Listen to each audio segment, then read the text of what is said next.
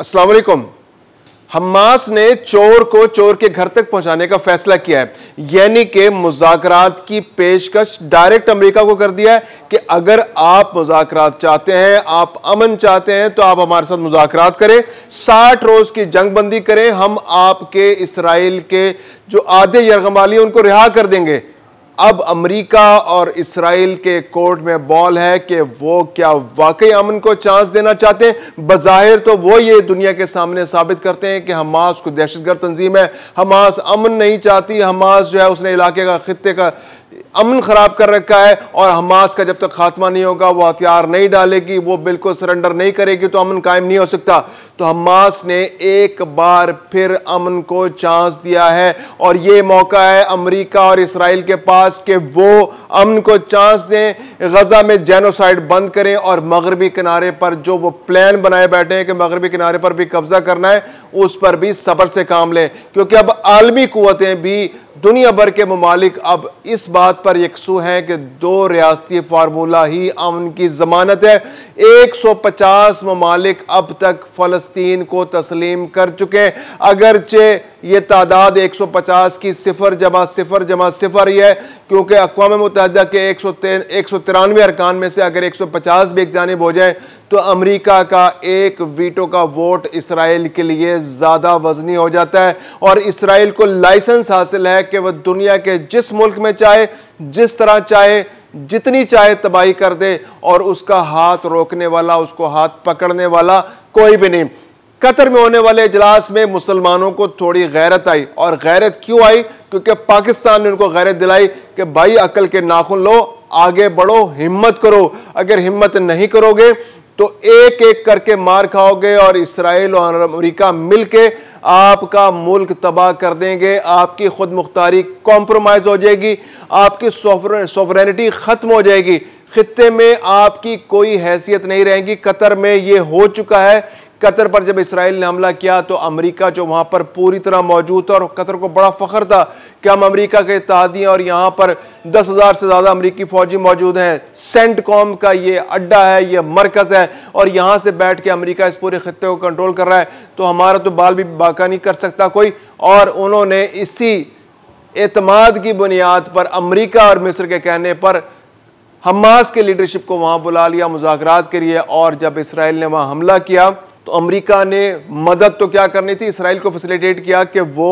किसी तरह हमास के लोगों को शहीद कर दे। अब सवाल यह पैदा होता है कि आखिर इतना बड़ा क्यों कदम उठाया गया कतर के अंदर, जब कतर एक दोस्त मुल्क था, हमास अमेरिका के कहने पे वहां आया था, हमास की लीडरशिप, तो क्यों आखिर इसराइल ने उनको निशाना बनाया? तो उसकी सबसे बड़ी वजह यह है कि इसराइल मुज़ाकरात की टेबल पर नहीं बैठना चाहता, इसराइल के इंटरेस्ट में नहीं है, क्योंकि इसराइल का एक एजेंडा है, उसने फ़लस्तीन से मुसलमानों का खात्मा करना है, उसने एक एक मुसलमान को चुनकर कत्ल करना है, उसका यह प्लान है जो अल्लाह ताला कभी कामयाब नहीं होने देगा इंशाल्लाह। उसने गजा में जो उसने जेनोसाइड किया, उसने 65,000 अफराद को अब तक शहीद कर चुका है। इसके अलावा 6 लाख लोग अब भी महसूर हैं वहां पर इसराइली फौजियों के नरगे में। इसके अलावा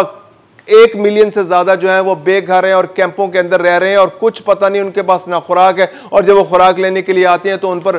फिजा से बमबारी की जाती है और रोजाना तकरीबन 100 लोग शहीद हो जाते हैं, जिनमें बच्चे, औरतें शामिल हैं। जवान तो वो पहले ही मार चुके हैं, तो बच्चों और औरतों का निशाना बनाया जा रहा है। तो ये सबसे बड़ा एजेंडा इसराइल का और अमेरिका का यह है कि हमास के साथ किसी तरह मुज़ाकरात ना हो, अमन को चांस ना मिले, अमन को किसी तरह प्रिवेल होता नहीं देख सकते, क्योंकि उन्होंने अपने एजेंडे को परवान चढ़ाना है। और उनका एजेंडा क्या है कि ग्रेटर इसराइल की रियासत कायम करना। ग्रेटर रियासत इसराइल की कायम करने के लिए उन्होंने ना सिर्फ पूरा फ़लस्तीन पर कब्जा करना है, गजा पर कब्जा करना है। गजा पर तो वो अपना एक किस्म का कंट्रोल मुकम्मल कर ही चुके हैं कि उसको तबाह कर दिया। अब ठीक है, वहां पर जो लोग मौजूद हैं, जो महसूर हैं, जो बेघर हैं, अब उनका मसला है, क्योंकि वो इस इलाके को छोड़ने के लिए तैयार नहीं है और वो अपनी जानें कुर्बान करने के लिए तैयार है, लेकिन वो इलाका छोड़ने के लिए तैयार नहीं है। लेकिन अब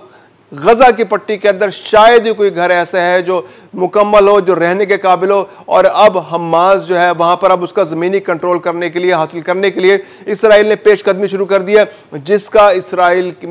की फौजों को रिटेलिएशन मिल रही है हमास की जानिब से, और दूसरे जो इस्लामिक ग्रुप हैं और जो वहां के आम लोग हैं वो भी अब मुजाहिमत कर रहे हैं, क्योंकि अब इसराइल उनके मैदान में दाखिल हो गया, उनकी टेरिटरी में आ गया और अब इसराइल को जानी नुकसान का सामना करना पड़ेगा। अब अगला प्लान इसराइल का क्या है कि उसने मगरबी किनारे पर कब्जा बनाना है। मगरबी किनारा जिसका उर्दन के साथ जुड़ा हुआ है, बज़ाहिर मगरबी किनारे का इलाका बहुत बड़ा नजर आता है आपको नक्शे के ऊपर गजा की पट्टी के मुकाबले में, लेकिन एक्चुअली सूरत हाल ये नहीं है। सूरत हाल बिल्कुल मुख्तलिफ है। गजा की जो मगरबी किनारा है वो 3 हिस्सों में तकसीम है। एक हिस्सा वो है जिस पर फलस्तीनियों का कंट्रोल है, एक हिस्सा वो है जिस पर फलस्तीनी रहते हैं लेकिन वहां पर इसराइल सिक्योरिटी करती है, और एक हिस्सा ये वो है जहां पर नाम को तो वो फलस्तीन है लेकिन ना तो वहां पर फलस्तीनी रह सकते हैं और ना ही उनकी कोई वहां पर इंतजामिया है। तो तकरीबन 18% इलाका जो है वो ऐसा है जो फ़लस्तीन के डायरेक्ट कंट्रोल में है, जहाँ पर फ़लस्तीन एडमिनिस्ट्रेशन जो है, जो फ़लस्तीन अथॉरिटी जो उसको कंट्रोल करती है, जिसके महमूद अब्बास साहब एक नाम निहाज सदर हैं जो पिछले पता नहीं कितने अरसे से वहाँ के सदर चले आ रहे हैं। इसके अलावा जो 22% इलाका है वो ऐसा है जहाँ पर फ़लस्तीनियों को रहने की इजाज़त तो है लेकिन सिक्योरिटी इसराइल के पास है, और 60% इलाका जो खास तौर पर उर्दन के बॉर्डर के साथ है, वहां तो ना फलस्तीनी रह सकते हैं, ना उनका कोई कंट्रोल है, ना उनकी सिक्योरिटी है, ना उनकी कोई पुलिस है, ना कुछ है। तो वो इलाके यानी अगर कोई फलस्तीनी जो बज़ाहिर नक्शे के ऊपर मगरबी किनारा उर्दन के साथ जुड़ा हुआ है, अगर कोई फलस्तीनी मगरबी किनारे से उर्दन के अंदर दाखिल होना चाहता है या उर्दन के किसी कैंप में जाना चाहता है तो उसको पहले इसराइल से इजाज़त लेनी पड़ेगी, उसकी तलाशी होगी, स्क्रूटनी होगी, फिर वो बॉर्डर क्रॉस करेगा और वो वहां उर्दन के अंदर जा सकेगा। तो इसराइल का प्लान बड़े हद तक कामयाब हो चुका है और वो अब वहां पर गैर कानूनी आबादकारियां कर रहा है। थोड़ा थोड़ा जो 40% इलाका मगरबी किनारे के अंदर फलस्तीनियों के पास मौजूद है, तो वहां भी आबादकारियां हो रही हैं, बहुत तेजी से आबादकारियां हो रही हैं, नए नए टाउन्स बन रहे हैं, नए नए घर बन रहे हैं, नई नई कॉलोनियां बन रही हैं, आबादकारियां हो रही हैं, और उस इलाके को अमन के नाम पर उनसे छीना जा रहा है। हमास को बुरा कहा जा रहा है और अमन को मौका दे रहे हैं, और ये 150 ममालिक भी इसी साजिश का हिस्सा है और ये इसराइल के इस प्लान की पुष्ट बनाई कर रहे हैं कि ठीक है आप जंग मत करें, फलस्तीन को जंग के जरिए नहीं अमन के जरिए इसराइल छीन ले। यानी अमन के जरिए कैसे छीने कि आबादकारियां करता चला जाए। इसराइल के फलस्तीन के पास तो कोई ताकत नहीं कभी रिटेलिएट करे, निहत्ते लोग हैं, थोड़ी बहुत मुजाहिमत करेंगे, अगर कोई थोड़ी बहुत मुसल्लह मुजाहिमत करेगा तो वो दहशतगर्द करार पाएगा और 150 ममालिक जो है उसको दहशतगर्द करार दे देंगे। यही हमास के साथ हो रहा है। हमास एक पॉलिटिकल पार्टी है जिसने 2006 के अंदर फलस्तीन के अंदर 70% वोट लेके फतह हासिल की थी, लेकिन क्या हुआ कि उसको अल फतह के हाथों ही उसको उसके दफातर पे कब्जा किया गया और उसको बेघर कर दिया गया, उसकी हुकूमत जो है खत्म कर दी गई। और इसमें इसराइल की पुष्ट बनाई थी, अमेरिका की पुष्ट बनाई थी और मगरबी ममालिक की पुष्ट बनाई थी, और बदकिस्मती से कुछ मुस्लिम ममालिक की पुष्ट बनाई भी इस सारे मंसूबे को हासिल थी, क्योंकि वो नहीं चाहते थे कि हमास जो है इस खत्ते के अंदर कोई हुकूमत बनाए और वो अपने हक की बात करे, क्योंकि अगर वो हक की बात करेंगे तो बाज़ दूसरे अरब ममालिक के अंदर भी इसी नौयत की जो तहरीकें जो वहाँ मौजूद हैं वो परवान चढ़ सकती हैं और वो उन बादशाहतों के लिए या वो उन हुकूमतों के लिए ख़तरा बन सकती हैं। 2012 के अंदर जब मुर्सी ने मिस्र के अंदर हुकूमत बनाई थी तो यही खतरा पैदा हो गया था कि मुर्सी एक ऐसी पार्टी के साथ वहां पर हुकूमत बना गया था जो हमास के लिए सॉफ्ट कॉर्नर रखती थी और ये खित्ते के लिए इसराइल को खतरा महसूस हो रहा था। तो ऐसे में मिस्र में मार्शल लगाया गया, सीसी की हुकूमत को न सिर्फ उस मार्शल को कामयाब कराया गया और फिर उसको अमेरिका की और दूसरी जो मगरबी कुव्वतों की पुष्ट बनाई हासिल हो गई, और आज तक पिछले 13 साल से सीसी वहां पर एक गैर कानूनी हुकूमत बनाकर बैठे हुए हैं और उनको कोई रोक नहीं रहा। अब सूरत हाल यह है कि अक़वाम मुत्तहिदा का एक बहुत अहम इजलास होने जा रहा है।